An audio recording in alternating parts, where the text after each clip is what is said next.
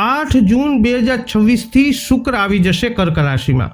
તો તમારા કયા ક્ષેત્રોને કરશે પ્રભાવિત, કેવું રહેશે તમારું પ્રેમ જીવન? નમસ્કાર મિત્રો, અંબા એસ્ટ્રોલોજી ગુજરાતી ચેનલમાં આપ બધાનું ખૂબ ખૂબ હાર્દિક સ્વાગત છે। મિત્રો, નિયમિત જ્યોતિષીય માર્ગદર્શનને લગતા વિડીયો જોવા માટે તમે અમારી ચેનલ અત્યારે સબસ્ક્રાઇબ કરો, આ વિડીયોને લાઇક અને શેર કરવાનું ભૂલશો નહીં।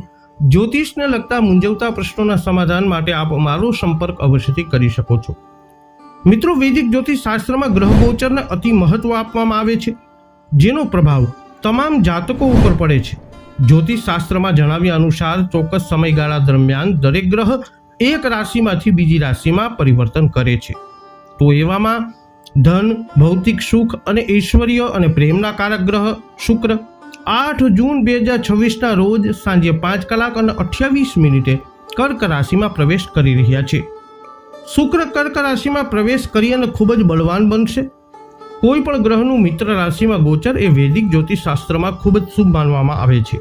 શુક્રના રાશિ પરિવર્તનથી કેટલીક રાશિના લોકોને વિશેષ લાભ મળી શકે છે। તો આગામી દિવસોમાં તમારી રાશિમાં કેવા થશે ફેરફાર? સર્વપ્રથમ ચર્ચા કરી લઈએ જેમના નામના અક્ષરો હોય છે ખ અને જ, મકર રાશિની।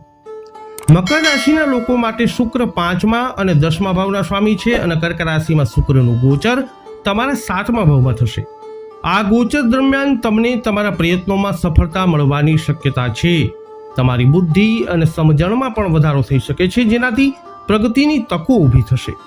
કારકિર્દીની દ્રષ્ટિએ જોઈએ તો આ સમય દરમિયાન તમને નવી નોકરીની તકો મળી શકે છે અને આ તકો તમારા માટે સારી અને ફાયદાકારક સાબિત થઈ શકે છે। વ્યવસાયની દ્રષ્ટિએ નવા સોદા અથવા તકો ઊભી થઈ શકે છે। આનાથી તમને સારો નફો મળી શકે છે અને ભવિષ્ય માટે સારી વ્યાવસાયિક તકો ખુલી શકે છે। આર્થિક રીતે જોઈએ તો આ સમય દરમિયાન તમને પૈસા કમાવામાં સફળતા મળી શકે છે।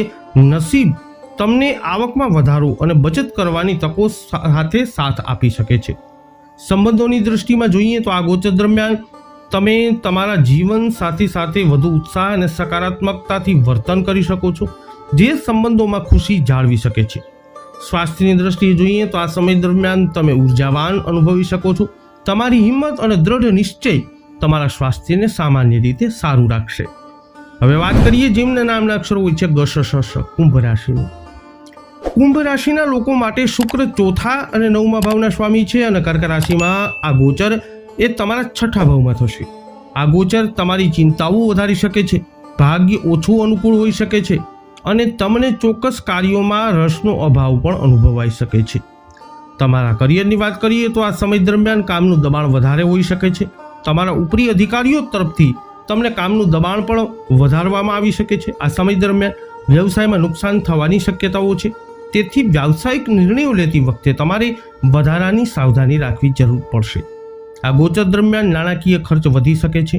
આ વધેલા ખર્ચને કારણે ઉધાર લેવાની જરૂરત પડી શકે છે। સંબંધોમાં જોઈએ તો આ સમયે તમે તમારા જીવનસાથી સાથેની વાતચીતમાં વધુ સંવેદનશીલ હોઈ શકો છો। આનાથી અહંકાર સંબંધિત વિવાદો અથવા નાની બાબતો પર મતભેદ થઈ શકે છે।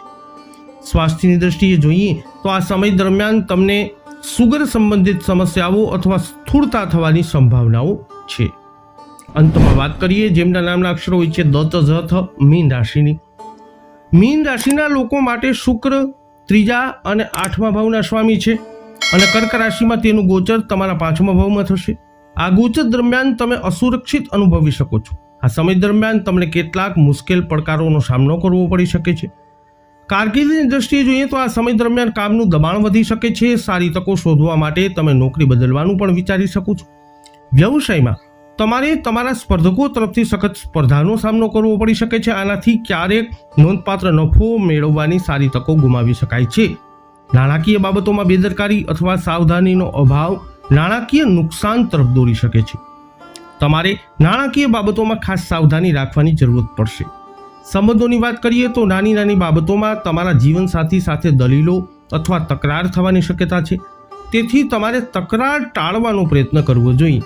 સ્વાસ્થ્યની દ્રષ્ટિએ જોઈએ તો પગમાં દુખાવાની સમસ્યા થઈ શકે છે, જે તમને મુશ્કેલીનું કારણ બની શકે છે। તો મકર, કુંભ તથા મીન રાશિના જાતકો વૈદિક જ્યોતિષ શાસ્ત્ર અનુસાર 8 જૂન 2026થી શુક્ર કર્ક રાશિમાં ગોચર કરતાની સાથે જ તમારી રાશિ પર કંઈક આવો કરી શકે છે પ્રભાવ। આ વિડીયો અંગેના તમારા અભિપ્રાય, તમારા મંતવ્ય કોમેન્ટમાં જણાવજો. વિડીયોને લાઇક કરજો, શેર કરજો. હજુ સુધી આપે અમારી ચેનલને સબસ્ક્રાઇબ ન કરી હોય તો અવશ્ય કરી લેજો. ફરી મળીશું નવા વિડીયોમાં.